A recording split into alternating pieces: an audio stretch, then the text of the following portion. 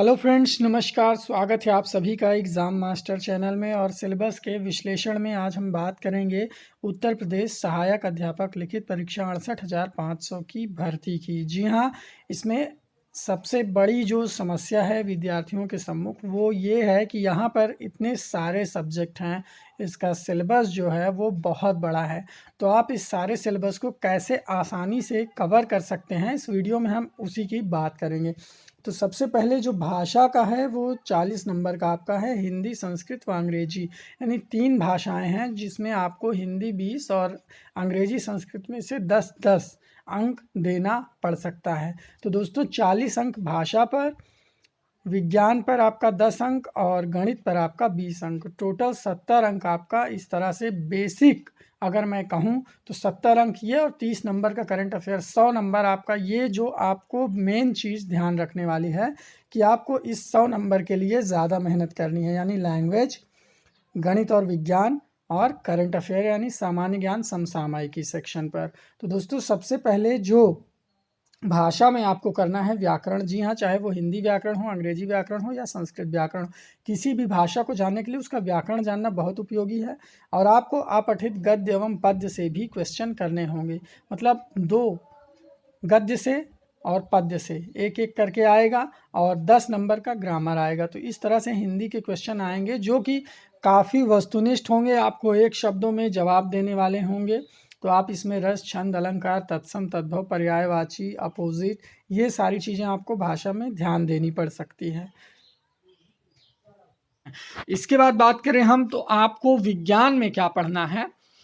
दैनिक जीवन में विज्ञान, गति, बल, ऊर्जा, दूरी, प्रकाश, ये टॉपिक तो आप लोगों ने पढ़ा ही होगा, लेकिन इसमें खास क्या है आपको ये देखना है कि कक्षा 5 के स्तर तक में विज्ञान के कौन से टॉपिक कितने डीप स्तर तक के दिए गए हैं। जैसे आपका गति है तो प्राथमिक स्तर पर गति का प्रकार है, गति का जो मतलब विज्ञान में गति के प्रयोग हैं, ये सारी चीज़ें आपको ध्यान देनी है।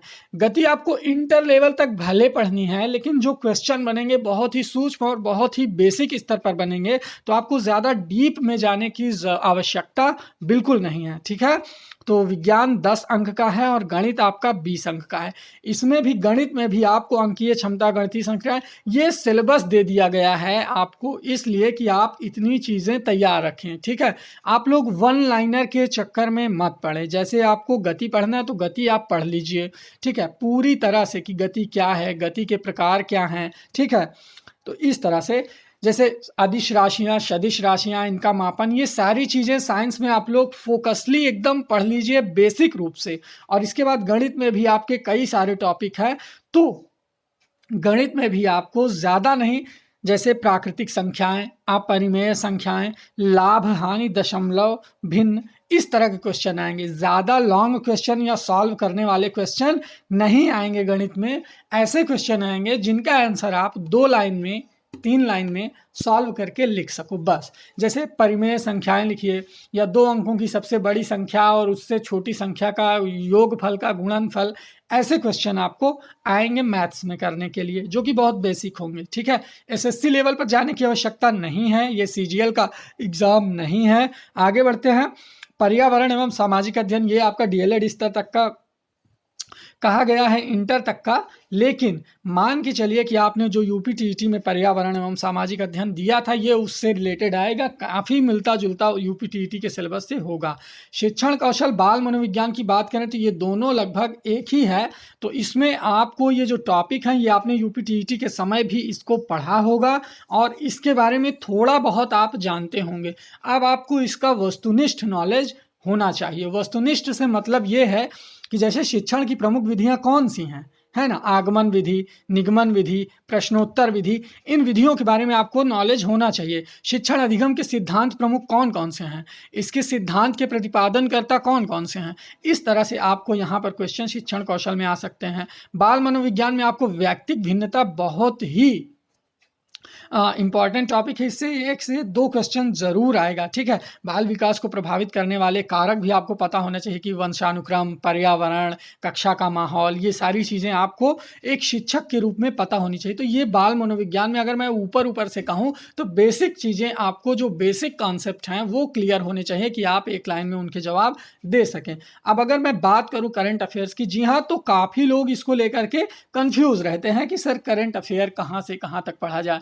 तो दोस्तों 2017, जी हाँ, जो बीता साल है 2017 का करंट अफेयर्स, उसकी समसामयिक महत्वपूर्ण घटनाएं, कम से कम 5 क्वेश्चन उनमें से ऐसा आएगा। फिर 2 कम से कम अंतर्राष्ट्रीय आएगा, 2-3 राष्ट्रीय आएगा और 10 क्वेश्चन प्रदेश से संबंधित आएंगे। इस तरह से आपका 20 क्वेश्चन करंट अफेयर से आएगा। इसके बाद जो 10 क्वेश्चन बचते हैं वो आपका पुरस्कार, खेलकूद, भारतीय संस्कृति एवं कला, 2-2 क्वेश्चन करके इनमें से आएगा। तो इस तरह आपको करंट अफेयर्स तैयार करना है। इसका नोट्स आपको कैसे मिलेगा वो मैं इस वीडियो के अंत में आपको बता दूंगा कि हम इस पर कितना सूक्ष्म और सटीक तैयारी वाला नोट्स आपको देंगे कि क्या पढ़ना है, उतने से क्लियर हो जाएगा। रीजनिंग की अगर हम बात करें तो सिर्फ 5 नंबर का है, आप अपने विवेक से रीजनिंग कर लेंगे, इसमें ज़्यादा समझाने की ज़रूरत नहीं है, बहुत ही ईजी होगा। 5 नंबर के लिए ज़्यादा मतलब टाइम खोने की या खपाने की ज़रूरत नहीं है। अगला जो इम्पॉर्टेंट चीज़ है वो है जीवन कौशल एवं अभिवृत्ति। इसमें एक शिक्षक के आचरण से संबंधित क्वेश्चन आएंगे कि आप कक्षा में और समाज में किस प्रकार का आचरण करते हैं, आप शिक्षण के लिए कौन सी नीतियां बनाने में कुशल हैं, आप में शिक्षण के कौन कौन से गुण हैं, कक्षा में एक अध्यापक की क्या भूमिका है, ये सारी चीज़ें आप छात्रों को कैसे गाइड कर पाते हैं, आपके अंदर एक मार्गदर्शक के, एक प्रबंधक के सिद्धांत हैं, सिद्धांत की बात नहीं, एक गुण हैं कि नहीं, ये सारी चीज़ें मतलब देखी जाएंगी। तो इस सिलेबस को अगर आप इस हिसाब से पढ़ेंगे तो आशा करता हूँ कि ये सिलेबस आपको बहुत आसानी से समझ में आ जाएगा। देखिए, जो लोग कंफ्यूज हैं उन्हें मैं बताना चाहता हूँ कि आपको ज़्यादा मतलब टेंशन लेने की ज़रूरत नहीं है। इसमें शिक्षा मित्रों को एग्ज़ाम देना है तो ज़्यादातर जो प्रश्न आएंगे वो आपके अध्यापकीय गुण से रिलेटेड रहेंगे। तो सिलेबस को समझ लीजिए आसानी से, इसके एक एक टॉपिक को देख लीजिए, लेकिन उसे आप कोरिलेट करिए बेसिक शिक्षा परिषद के सिलेबस से। जैसे गति है तो गति कहाँ तक सिलेबस में आई हुई है, बेसिक शिक्षा परिषद कक्षा 8 तक के सिलेबस में आप देख लें कि गति के कौन कौन से प्रयोग या गति की परिभाषा या गति के प्रकार, ये सारी चीज़ें मतलब केवल गति की ही नहीं, जो आपके अदर टॉपिक्स हैं इन्हें आप कोरिलेट करिए कि बेसिक शिक्षा परिषद के सिलेबस में ये कहाँ कहाँ पर हैं। और अगर आपके पास बेसिक शिक्षा परिषद पाठ्यक्रम की किताबें नहीं हैं तो मैं रिक्वेस्ट करूंगा कि किसी भी प्राथमिक पाठशाला से ले जा करके निःशुल्क वो किताबें प्राप्त कर लें, उन्हें देख लें और उन्हें एक बार जो उनकी अभ्यास पुस्तिका है, ठीक है, उनमें से क्वेश्चन ज़रूर देखें हर पार्ट से जो इस सिलेबस से रिलेटेड है, जो नहीं है उन्हें देखने की ज़रूरत नहीं है। तो दोस्तों अब मैं नोट्स की अगर बात करूं तो आप हमारा व्हाट्सएप नंबर नोट्स कर सकते हैं 9452267492। जी हाँ, 9452267492 ये हमारा एग्ज़ाम मास्टर का ऑफिशियल व्हाट्सअप नंबर है। यहाँ पर अगर आपको नोट्स चाहिए तो एक छोटी सी शुल्क मतलब आप जमा करने के बाद 500 रुपये का इसके नोट्स पा सकते हैं। स्पेशली सहायक अध्यापक लिखित परीक्षा के जो टॉपिक से रिलेटेड नोट्स होंगे, चाहे वो मैथ हो, साइंस हो, जीवन कौशल हो, बाल मनोविज्ञान हो या हिंदी भाषा हो, सारे नोट्स आपको सिर्फ एक छोटी सी फीस में मिल जाएंगे। क्योंकि एग्ज़ाम के लिए अब बहुत कम समय बचा हुआ है तो तैयारी आपको तेज़ी करनी है, तो आपको ज़्यादातर हम जो नोट्स देंगे वो 1 लाइनर देंगे, लेकिन मैथ्स के जो नोट्स रहेंगे वो थोड़ा सा मतलब उदाहरण उसमें ज़्यादा भर दिए गए हैं। तो आपकी समझ के लिए, जैसे मतलब मैथ का लाभ हानि का नोट्स है तो उसमें लाभ हानि को दर्शाया गया है, उसके नियमों को बताया गया, फिर उदाहरण के जरिए उसे समझाया गया है कि आप उसे एक बार पढ़ें तो आसानी से समझ में आ जाए। तो हमारा व्हाट्सअप नंबर आपको मैंने बता दिया है, वही है 9452267492।